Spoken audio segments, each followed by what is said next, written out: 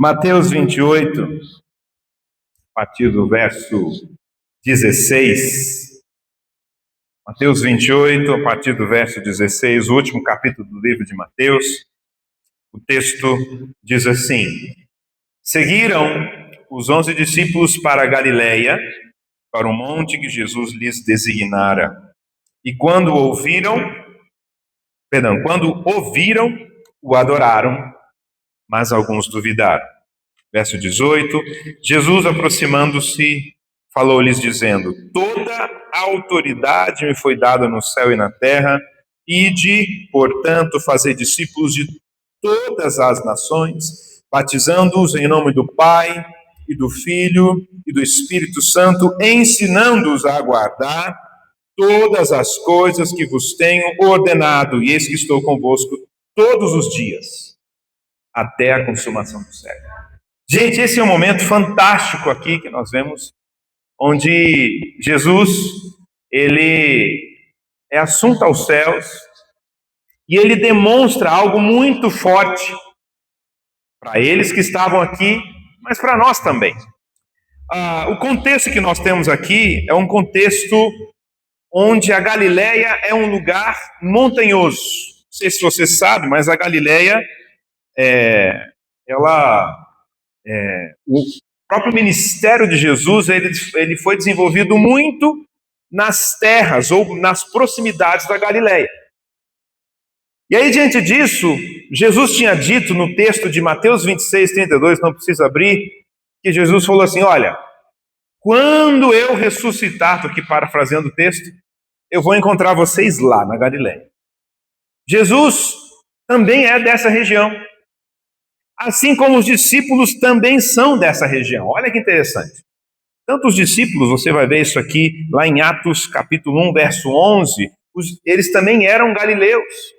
Então Jesus chama pessoas de uma mesma região para poder determinar algo nessa época para eles e para nós hoje também. Então a cidade da Galileia, como eu disse, ou essa região, era uma região alta e eles precisavam subir essa montanha.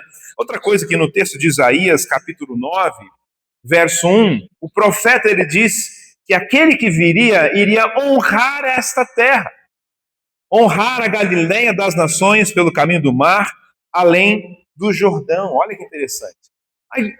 Esse lugar não era um lugar assim muito cheio de pessoas muito ricas, cheio de muita gente, no sentido assim de gente próspera, mas era um lugar de muitas pessoas, a Galileia. E aí, me chama a atenção, quando eu percebi aqui em Isaías capítulo 9, gente, vocês já percebem que eu gosto muito de citar textos, e é muito importante a gente relacionar sempre a palavra de Deus, para a gente poder conhecer os textos e ir caminhando por ela, né? Em Isaías capítulo 9, verso 1, como eu disse agora, Jesus ele cumpre essa promessa de Isaías. Mas além disso, eu quero te chamar a atenção. Jesus não escolhe os que servem. Jesus não escolhe os que o servem, somente esses que estão no seu reino, no seu lugar, no seu habitat. Como assim habitat? Vamos pensar junto aqui. Jesus ele não vai chamar pessoas que ele não conhece. Jesus ele chama pessoas que estão com ele, que estão caminhando junto com ele. Jesus ele chama pessoas que estão ali perto. Tanto é que os discípulos eles eram galileus. Esse lugar que eles foram, eles chegaram lá e nesse monte, o texto menciona, né, que alguns duvidaram. Possivelmente aqui alguns teólogos mencionam que pode ter sido exatamente no texto que fala aqueles 500 que viram Jesus, Paulo fala isso. Alguns duvidaram, talvez Tomé nesse meio, talvez alguns desses 500 que estavam ali duvidaram, mas o mais importante não são esses que duvidaram. O mais importante são esses que o adoraram. E é sobre esses que eu quero que você preste atenção. Será que quando a gente vê, ou quando eles viram o Cristo ressurreto, eles puderam então adorar a Deus somente porque eles viram ali, ou porque foi construída uma história com ele? Lembra que eu disse que eles eram galileus? Jesus, ele teve quanto tempo de ministério aqui na terra, gente? Aproximadamente? 3 anos, certo? 3 anos. Então, nesse tempo, Jesus, ele foi caminhando com eles, foi discipulando. No início, ele até os chamou de servos. Depois, ele os chamou de discípulos. Depois, ele os chamou de minhas ovelhas. Depois, ele os chamou de meus amigos. E por último, ele os chamou de meus irmãos.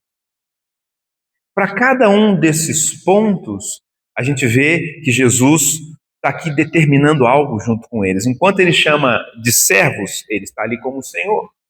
Enquanto ele os chamou de discípulos, ele está como mestre. Quando ele os chamou de minhas ovelhas, ele está como pastor. Quando ele os chama de amigos, ele está ali como homem. E quando ele chama de meus irmãos, ele está ali como filho. Como filho.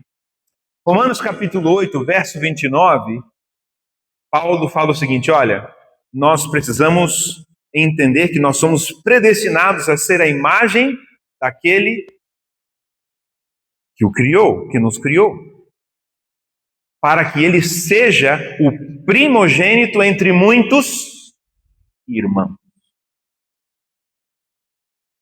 Jesus não chamou os discípulos no início de irmãos, ele chamou de servos. Mas aqui nesse ponto, nesse momento da história, ele os chama de irmãos. E tinha algo interessante. É esse ponto que eu quero chegar e trabalhar com você. Bom,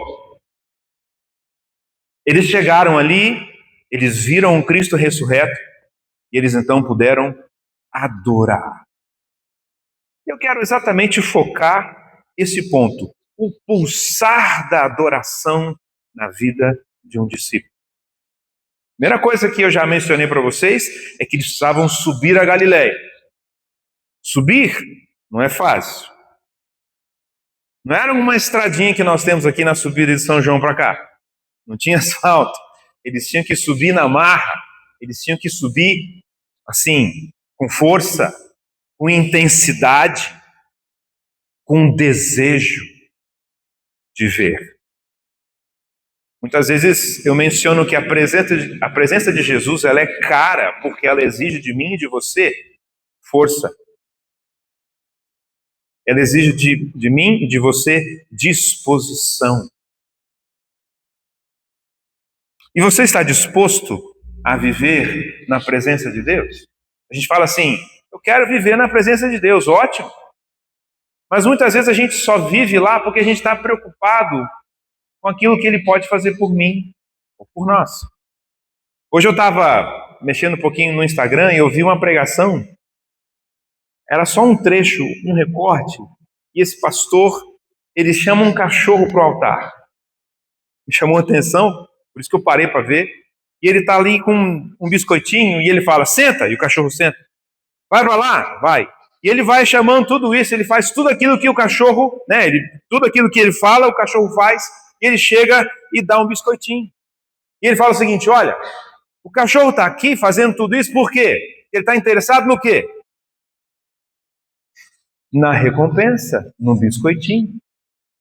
Muitas vezes nós estamos obedecendo o Senhor por causa do biscoitinho. Será? Nós estamos obedecendo o Senhor por causa daquilo que nós queremos?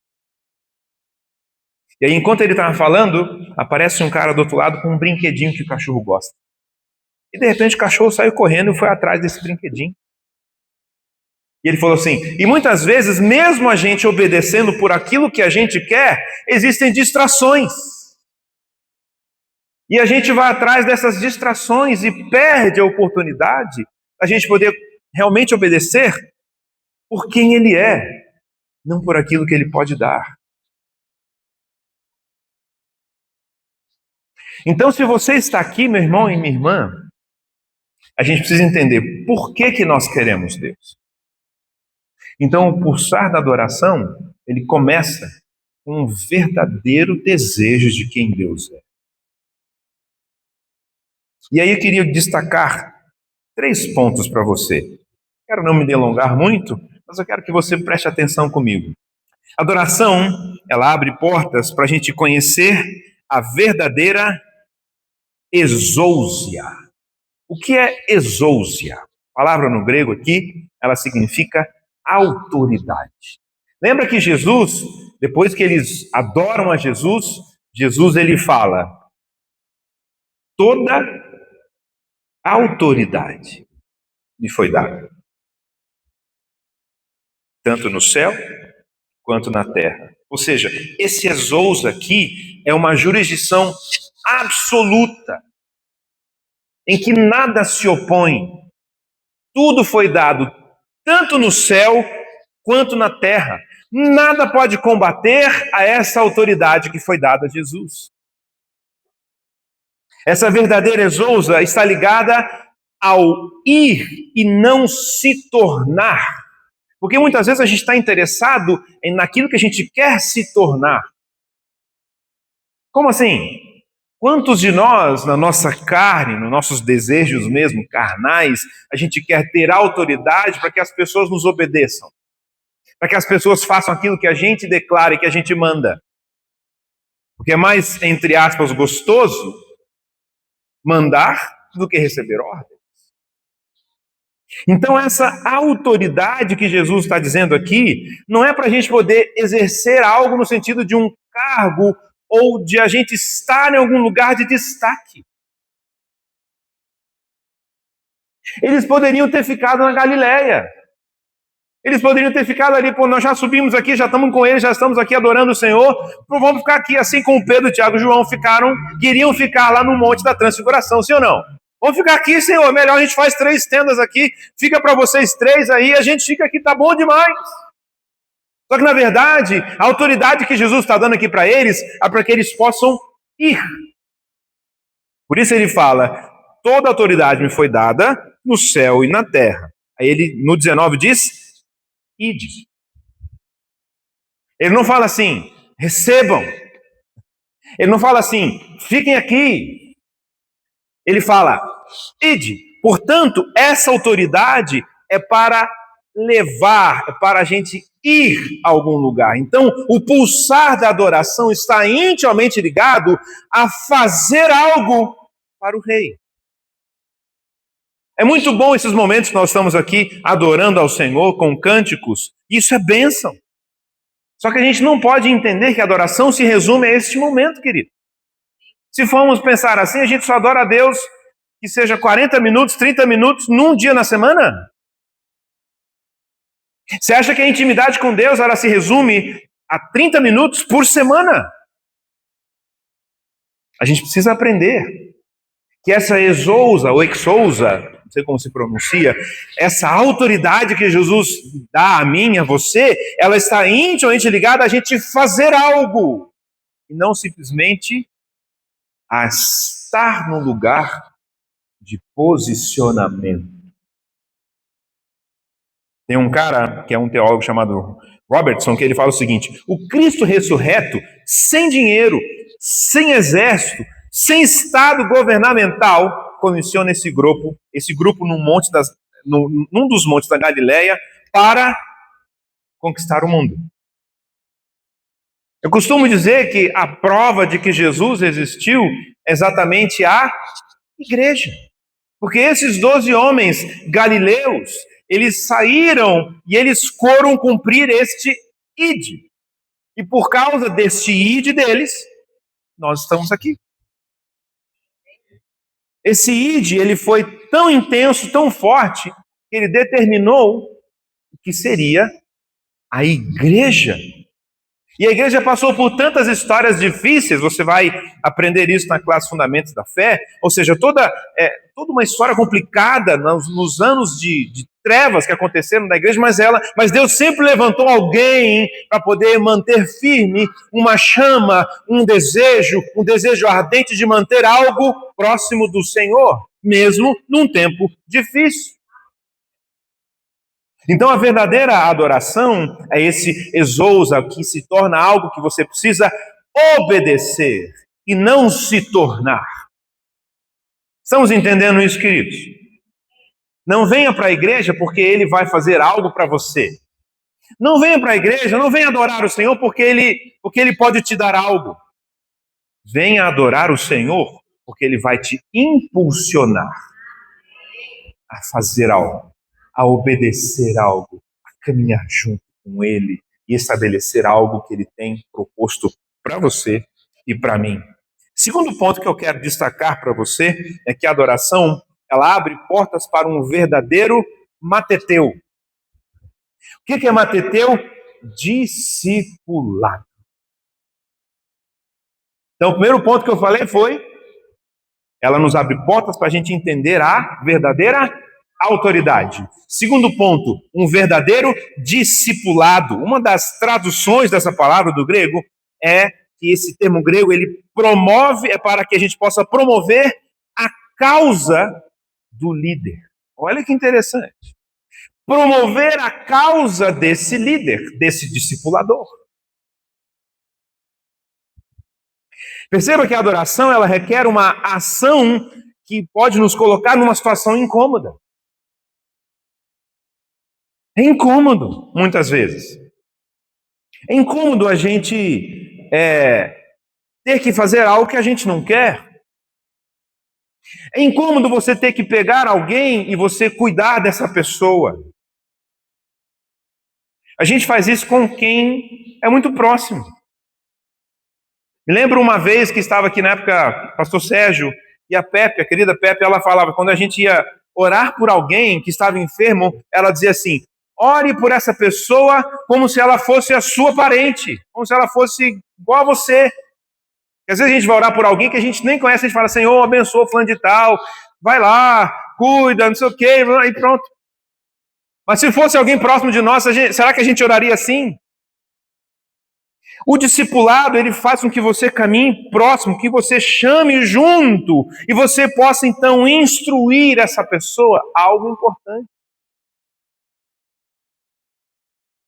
Nós precisamos promover a sua causa. Esse é o verdadeiro discipulado. Promover a causa daquele que nos chamou. Está entendendo isso, queridos? Muitas vezes nós estamos acostumados a vir à igreja, sentar nesse banco confortável e a gente ficar aqui no culto. Mas, na verdade, o Senhor está nos impulsionando a gente promover aquilo que Ele é, quem Ele é, aquilo que Ele faz. Estudando um pouquinho sobre isso, me chamou muita atenção algumas frases. Eu quero falar aqui com você que o verdadeiro discípulo é aquele que entende que devemos não somente trazer as pessoas para Cristo, mas também dar a elas toda a nutrição necessária para o seu desenvolvimento. Olha que interessante. O verdadeiro discipulado não é somente levar Cristo a essa pessoa, mas é trazer essa pessoa, é dar a ela toda a nutrição necessária. As mamães aqui sabem que o alimentar do filho requer o quê? Disposição. Você vai acordar de madrugada, você está ali 100% por causa do seu filho. E os papais aqui também entendem que tem que pôr a mão no bolso e poder ali se virar para poder dar alimento para o seu filho. Requer disposição, requer entrega. Ou seja, a salvação, ela é o primeiro passo, mas você e eu somos impulsionados. Ou seja, a autoridade que Deus nos dá é para que a gente também dê alimento às pessoas. E para que a gente possa alimentar essas pessoas, eu preciso conhecer a fonte do alimento. Se eu não conheço a fonte do alimento, que tipo de alimento eu posso dar?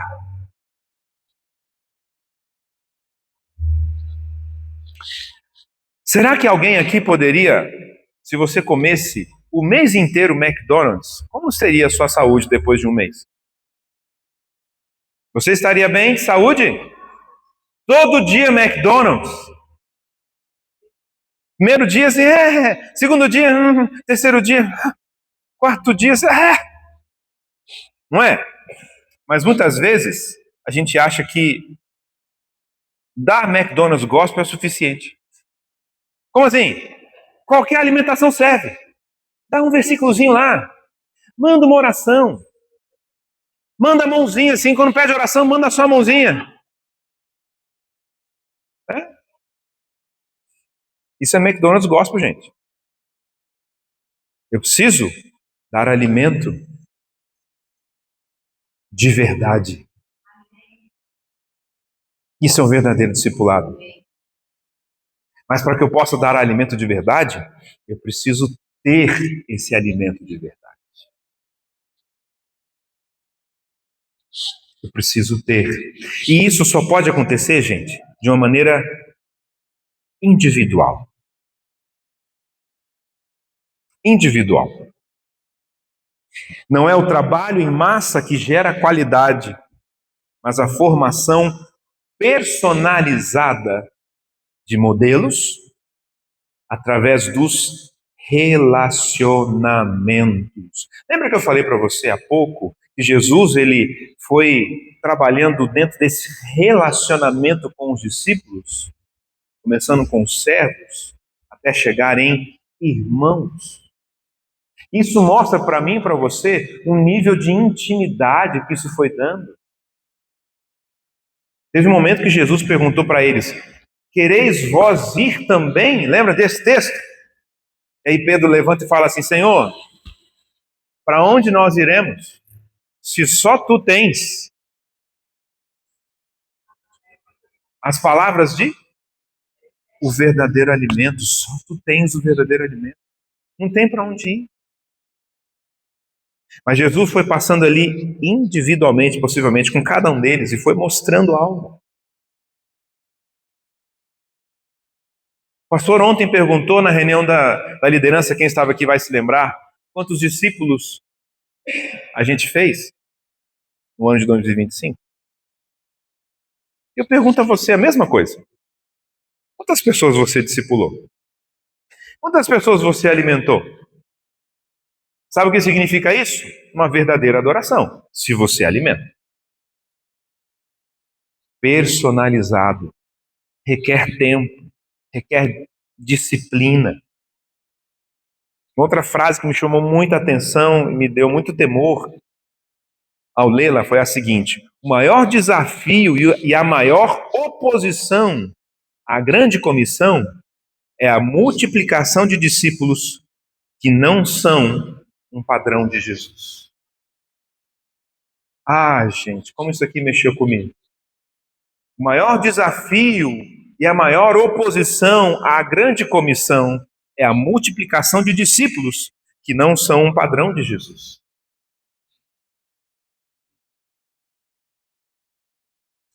Infelizmente é o que mais vemos hoje. Pessoas que não entendem aquilo que Jesus falou. Pessoas que não caminham como Jesus caminhou. Pessoas que estão acostumadas a vir à presença do Senhor porque estão esperando que Ele lhes dê algo. Cada dia mais nós vemos isso, esse interesse. Eu costumo usar uma ilustração, e as mamães aqui vão se lembrar, ou vão lembrar de momentos assim, quando o seu filho, talvez pequeno, ou talvez nem tanto, chega para você e fala assim: mamãe, você é tão bonita. O que você pensa, mamãe? O que você quer, não é? O que você quer, meu filho? Você acha que ele está te louvando aí interessadamente ou não? Interesseiramente ou não? Será que a gente faz isso com Jesus? Será que a gente chega para ele: Senhor, tu és tão santo, tu és tão poderoso, tu és tão digno, aleluia, glórias ao teu nome, mas não esquece, Senhor, que amanhã eu tenho que pagar a conta da água.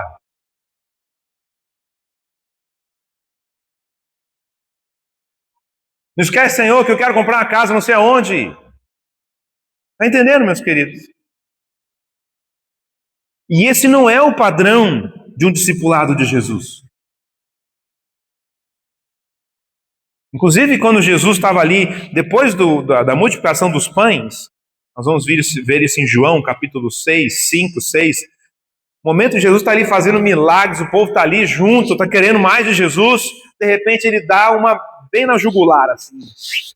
Vocês estão entendendo que se vocês realmente querem entender o reino de Deus, vocês têm que comer do meu corpo e beber do meu sangue. E aí o povo começa a ir embora. E ele estava querendo dizer o seguinte: olha, não adianta você só vir aqui atrás de milagres. Você precisa entender que esse evangelho que eu estou te dizendo, estou te chamando, é muito mais profundo. Isso poderia soar, não somente para eles, como para nós, como algo canibal. Não é? Então ele estava puxando aqui o povo realmente, ó, vocês realmente estão interessados em mim ou não? Então o verdadeiro discipulado passa por isso. E quando a gente entende o verdadeiro discipulado, eu vou entender a verdadeira adoração. Você precisa discipular alguém. Vai ter sempre alguém que vai estar de olho em você. Vai ter sempre alguém que vai estar olhando aquilo que você faz. Não é somente aqui dentro da igreja, mas é na sua casa. Hoje pela manhã, aqui com o departamento infantil, eu disse o seguinte: será que nós estamos preocupados com que os nossos netos venham à igreja? Nós estamos pensando só nos nossos filhos, mas pensemos nos nossos netos. Eu disse: será que você vai se lembrar do nome do seu tataravô aí? Você se lembra o nome do seu tataravô? Eu não. No máximo que eu sei é do meu bisavô. Ou seja, daqui a 3, 4 gerações, ninguém vai se lembrar de você. Seus tataranetos talvez não se lembrem de você. Não é? Mas pensa o seguinte: se você vai deixando uma essência de um verdadeiro amor por Deus, ou seja, você vai discipulando essa geração, talvez não se lembre do seu nome, mas vão se lembrar da semente que você lançou. É isso que você precisa pensar. Por isso vai ter gente que está o tempo inteiro olhando para você. Isso é um ponto sério. O discurso de Jesus incomoda e nos tira da zona do conforto. E a gente precisa sair de um culto como esse. Lembrando que culto, gente, assim como o vídeo que eu gravei com relação à escola dominical, um culto a gente presta ao Senhor, a gente não vai assistir, nós vamos prestar um culto a Deus. E nesse culto que nós prestamos a Deus, a sua presença vem e vai nos confrontando com quem nós somos. E aquilo que a gente precisa mudar. Então Deus está te chamando hoje para que você realmente vire a chave. Para que você entenda uma verdadeira adoração, ou seja, o pulsar da adoração passa por um verdadeiro discipulado, por um verdadeiro mateteu, que muda a história, onde você então caminha focado na causa do líder. Você entende a causa de Jesus. E você caminha nessa causa de Jesus. E o terceiro ponto que eu quero colocar, bom, o primeiro ponto, quem se lembra, eu falei sobre a autoridade. Segundo ponto, eu falei sobre... E o terceiro ponto, a adoração, ela abre portas para um verdadeiro relacionamento. Didasco, essa é a palavra no grego. Relacionamento. Uma das interpretações dessa palavra é conversar com outros a fim de instruí-los. Pronunciar discursos didáticos. Por isso que Jesus, ele vai dizendo, né? Versículo 19 de Mateus 28. Ide, portanto, fazei discípulos. De onde?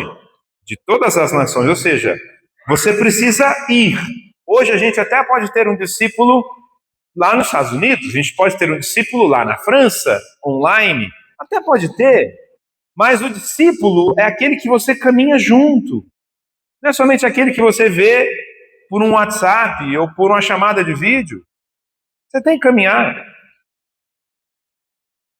Então ele fala: ide, fazei discípulos de todas as nações. E ele fala: batizando-os em nome do Pai, do Filho e do Espírito Santo. Batizar, gente, um dos sentidos importantes dessa palavra é você estar impregnado de algo. Por isso que quando a gente entra na água para a gente ser batizado, a gente sai seco ou a gente sai molhado? A gente entra seco e sai molhado, ou seja, você é impregnado por algo, você é impregnado por essa água. Então, o ser batizado pelo Senhor é você ser impregnado do Senhor. E diante disso, eu fico pensando, por exemplo, em Jacó. Jacó, quando ele recebeu essa bênção dele naquela luta com o anjo, uma das questões dessa bênção foi o quê? Ele ficou o quê? Manco, coxo. Eu sempre digo, né? Pensa aí, segunda-feira ele está normal, terça-feira ele está manco. Chega alguém do lado e fala assim: por que você está manco? Não é? O que aconteceu? Você caiu? Aconteceu alguma coisa? Você caiu? Eu tive uma luta com um anjo e o anjo me abençoou. Mas que bênção é essa que te deixa manco? Na verdade, essa bênção, ela fez uma mudança exterior. Quando a gente recebe essa bênção do Senhor internamente, ela precisa ser refletida externamente. Por isso que ele ficou manco. Está entendendo? A sua vida tem que refletir algo no seu exterior. O texto que nós lemos no início do culto: as vossas obras precisam mostrar ou glorificar ao Senhor. Eu sempre digo que não adianta deixar lá a luz, o texto fala, não eu, né? Não adianta deixar a luz embaixo da mesa, ela tem que estar exposta num lugar alto, para que não somente ela ilumine, mas que nesse caso Jesus estava querendo ensinar que as suas obras glorifiquem a Deus. É algo externo. Não adianta a gente ser um crente 007, tem que ser algo externo, onde as pessoas sabem, onde as pessoas entendem quem você é, aquilo que você faz. Você está como engenheiro, você está como advogado, você está como um contador, porque você, na verdade, é um seguidor de Jesus. Amém ou não amém? Porque a gente não vai subir como engenheiro para o céu.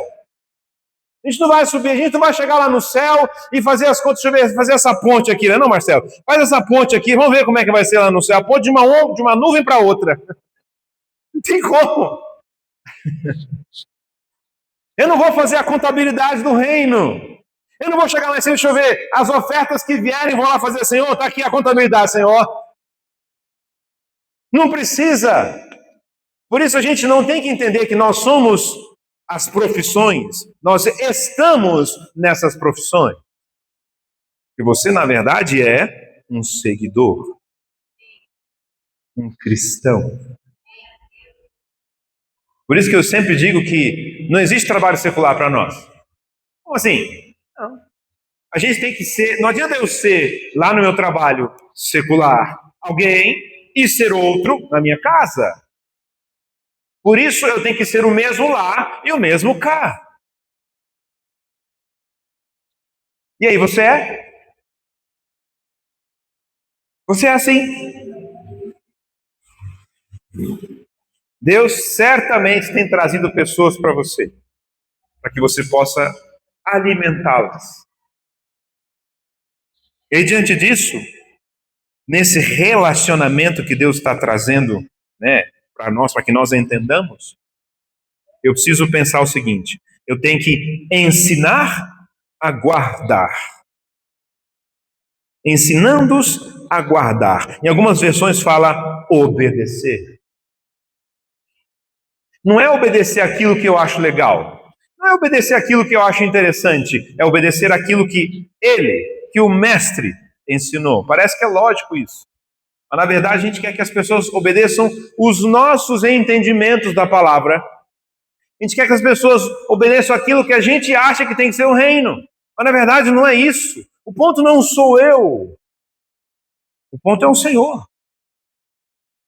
Obviamente que quando a gente vai crescendo com Deus, a gente tem entendimento de algo, mas a gente precisa saber ouvir aquilo que o Espírito Santo está querendo dizer para que a gente possa ensinar aquilo que ele está dizendo.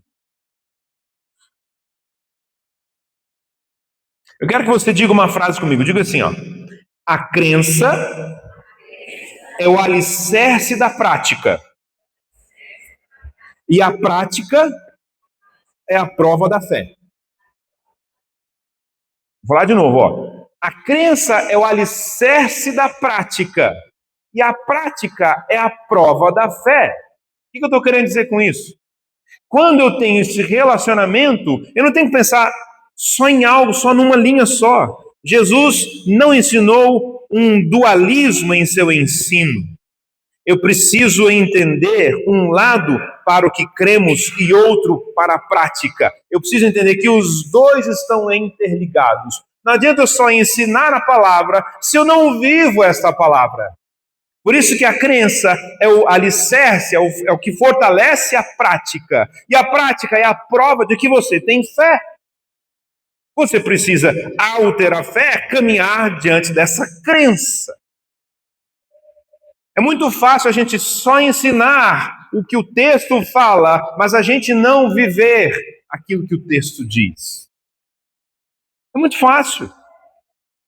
Mas não é isso que Jesus está dizendo. Por isso que ele fala sobre essa questão de você ensinar a obedecer. Quando você ensina a obedecer, você vai entender. Não adianta só ler. Eu preciso praticar. Eu preciso praticar.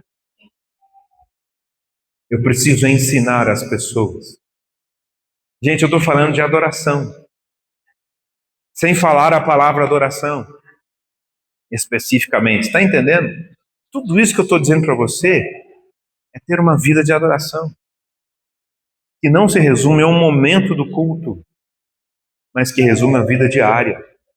Óbvio que você você deve ter os seus momentos de adoração com cânticos, claro, na sua casa, no seu trabalho, no transcurso de ir até o seu trabalho, ou até algum outro lugar, uma viagem que seja. É óbvio, e você precisa ter mesmo. Mas eu preciso colocar em prática aquilo que Deus tem falado para mim. Primeiro ponto que eu disse, qual foi? Autoridade. Eu preciso entender que a adoração abre portas para conhecer a verdadeira autoridade. Segundo ponto, a adoração abre portas para entender o verdadeiro discipulado. E o terceiro ponto, a adoração abre portas para um verdadeiro relacionamento. Eu preciso caminhar dentro desse relacionamento. Pronunciar discursos que realmente promovem e que entendem a prática da fé. Nesse relacionamento, você vai ensinar as pessoas a como caminhar com Deus. Você vai chamar alguém que de repente Deus colocou no seu caminho e você vai instruí-la: olha, você não pode andar desse jeito. Você tem que mudar a sua posição. E a gente não pode ter medo de falar não. Você sabe que Paulo, ele chegou para uma igreja, a igreja de Corinto, e falou assim: olha, tira esse cara daí. Eu já estou mandando ele para o inferno. Seria duro a gente ouvir isso hoje, né? Mas está escrito lá em 2 Coríntios capítulo 5. Quem sabe talvez tenha salvação para esse homem. E ele era um dos líderes da igreja. Vai ter hora que a gente vai ter que ter a sinceridade de chegar e falar: ei, seu caminhar está errado. Seu caminhar está errado. Você está andando assim, você precisa andar aqui, não aqui.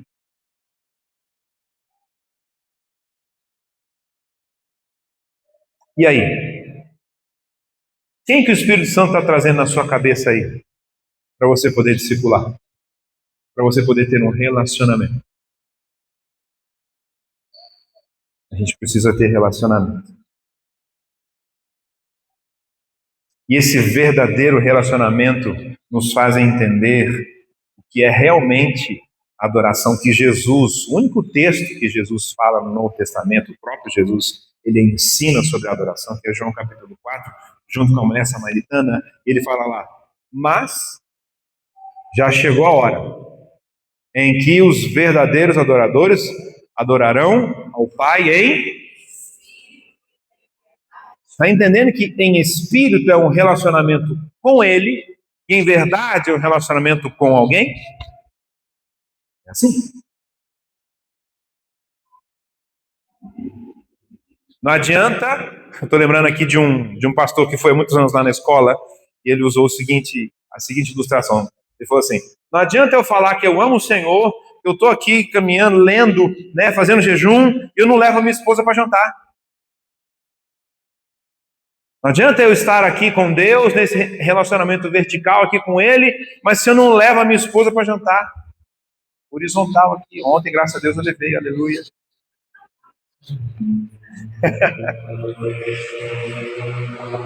Está entendendo, queridos?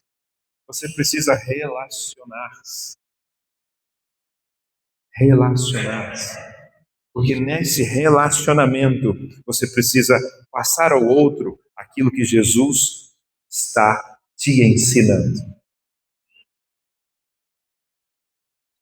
Mas essa é uma decisão sua.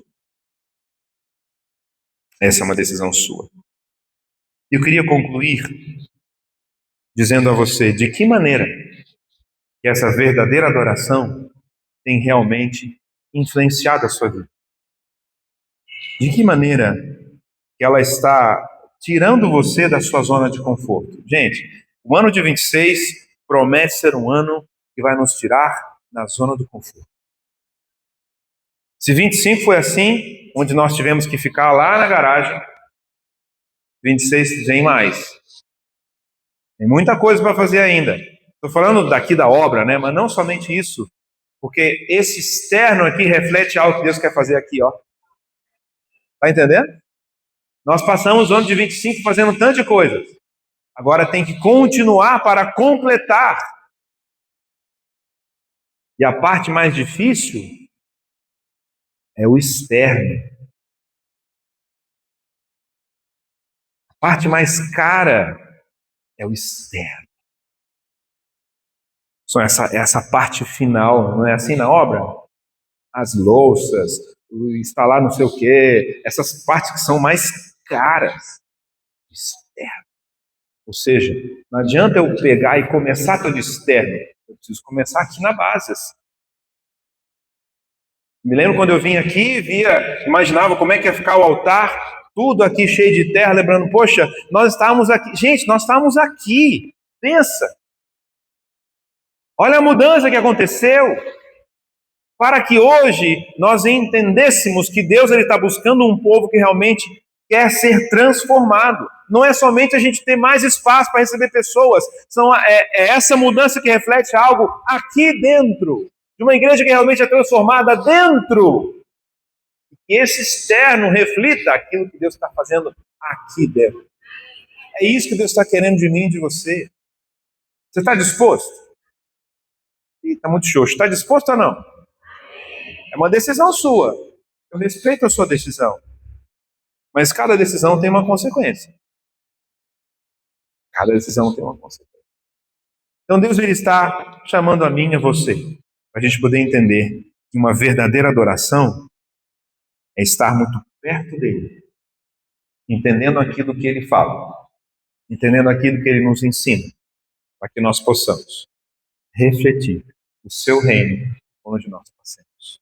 Vamos ficar de pé? Aleluia.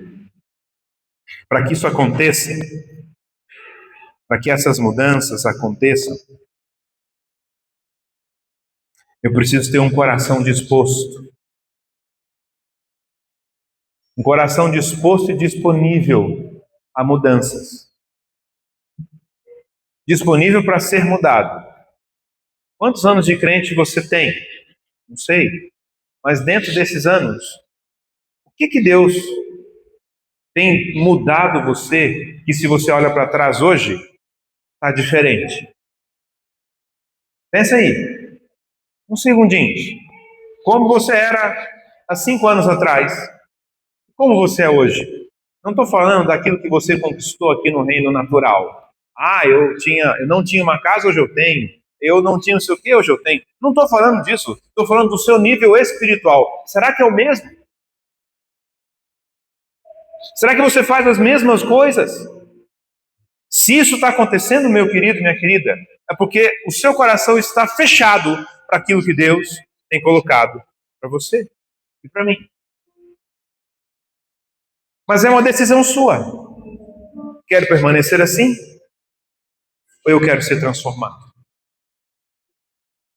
E às vezes nós estamos tão acostumados a ouvir palavras assim, a gente escuta por um ouvido, como diz o ditado, sai pelo outro.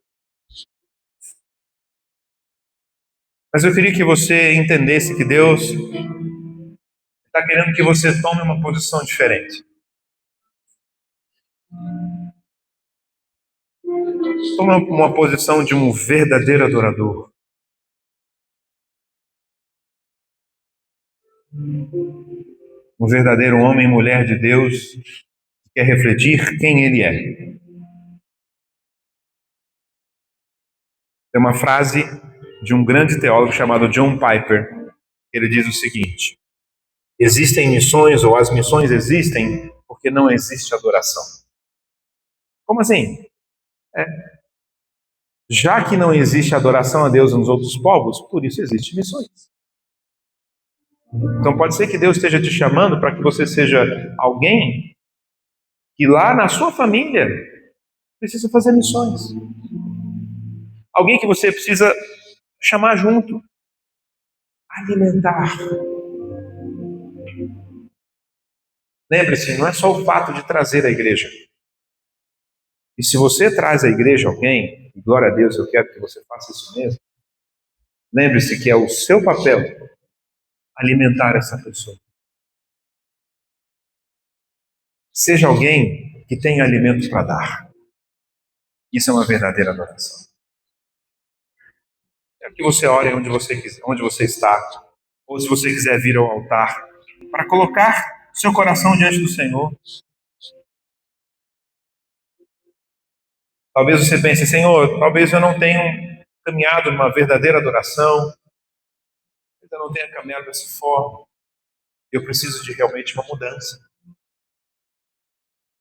E às vezes a gente está tão acostumado a momentos como esse que a gente fecha o olho, baixa a cabeça e fica quieto. Eu quero te pedir, meu irmão, minha irmã, se Deus está falando com você, ora, mas ora com a sua boca. Pode ser baixinho, não tem problema, mas ora com a sua boca. Não só na mente, porque na mente a gente desvia muito fácil. E se você realmente entendeu isso, eu quero ouvir um murmúrio santo de alguém que realmente entende que precisa transformar, que precisa tomar um passo para poder ter uma verdadeira adoração, entendendo o discipulado, uma verdadeira autoridade e um relacionamento com o outro, para que gere vida, para que entendam o pulsar da adoração na vida do crente. Espírito Santo, eu oro pelo teu povo, para que o Senhor levante aqui, Senhor Deus, verdadeiros adoradores. Homens que te conheçam, Senhor Deus, como tu és. Que te entendam, Senhor Deus, homens e mulheres, que te entendam, Pai, de uma maneira especial, não somente como um Deus que a gente está acostumado a prestar ou assistir um momento onde a gente aparentemente está junto contigo, mas que a gente realmente, Senhor Deus, entenda o verdadeiro crescer com Deus. Se você entende isso, eu gostaria que você orasse assim comigo. Senhor Jesus, eu quero entregar o meu coração diante de Ti, para que Tu estejas, Senhor, tocando, direcionando, transformando, mudando as coisas de lugar, para que eu possa refletir quem Tu és, onde eu estiver, seja na minha casa, seja no meu trabalho, seja no meio dos meus familiares, mas que tu seja, Senhor, visto através de mim, e que isso chegue a ti como incenso de uma verdadeira adoração de alguém que te ama acima de qualquer coisa. Em nome de Jesus. Aleluia. Aleluia, Jesus. Nós precisamos tanto de ti, Senhor. Precisamos tanto de ti, Jesus. Obrigado, Senhor Deus, por esse tempo tão especial, Pai. Obrigado, Jesus, porque nós temos esse lugar aqui tão lindo, onde a gente pode, junto com os nossos irmãos, nos congregarmos, e a gente te ouvir, e a gente entender-te, e a gente, Senhor Deus, caminhar debaixo da tua palavra. Quero te agradecer, Senhor Deus, por esse momento de culto, e que a gente entenda, Senhor Deus, quem tu és. Em nome de Jesus. Antes de eu dar a bênção, eu queria que você entendesse que a bênção não é simplesmente um momento onde a gente faz assim com as mãos e o pastor ora. Mas que você entendesse que essa bênção ela tem um papel importante na tua vida. De você ser um homem ou uma mulher que leva essa bênção lá para fora. Não é somente receber como se eu preciso disso sempre, mas que você leve isso, assim como o saudoso pastor Manel, alguns aqui vão se lembrar que ele fazia a tal da cuia, e essa cuia era para que você recebesse e você tomasse isso. Mas não adianta eu só tomar para mim. Eu preciso ser alguém que está disposto a dar.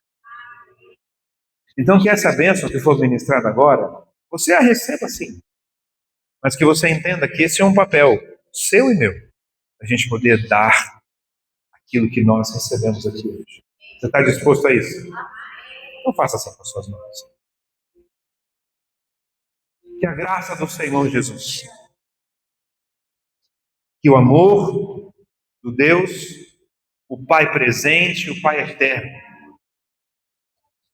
e que as doces, suaves, preciosas e presentes consolações do Espírito Santo possam te encher, possam te levar para a sua casa, possam te dar uma semana frutífera, possam te dar uma semana que realmente te leve a uma posição que reflita o reino de Deus aonde você for. Em nome de Jesus. Deus te abençoe, querido, e até domingo que vem. Quinta-feira temos culto, vem aqui no culto, culto de oração. As células também, vá na sua célula. Deus te abençoe.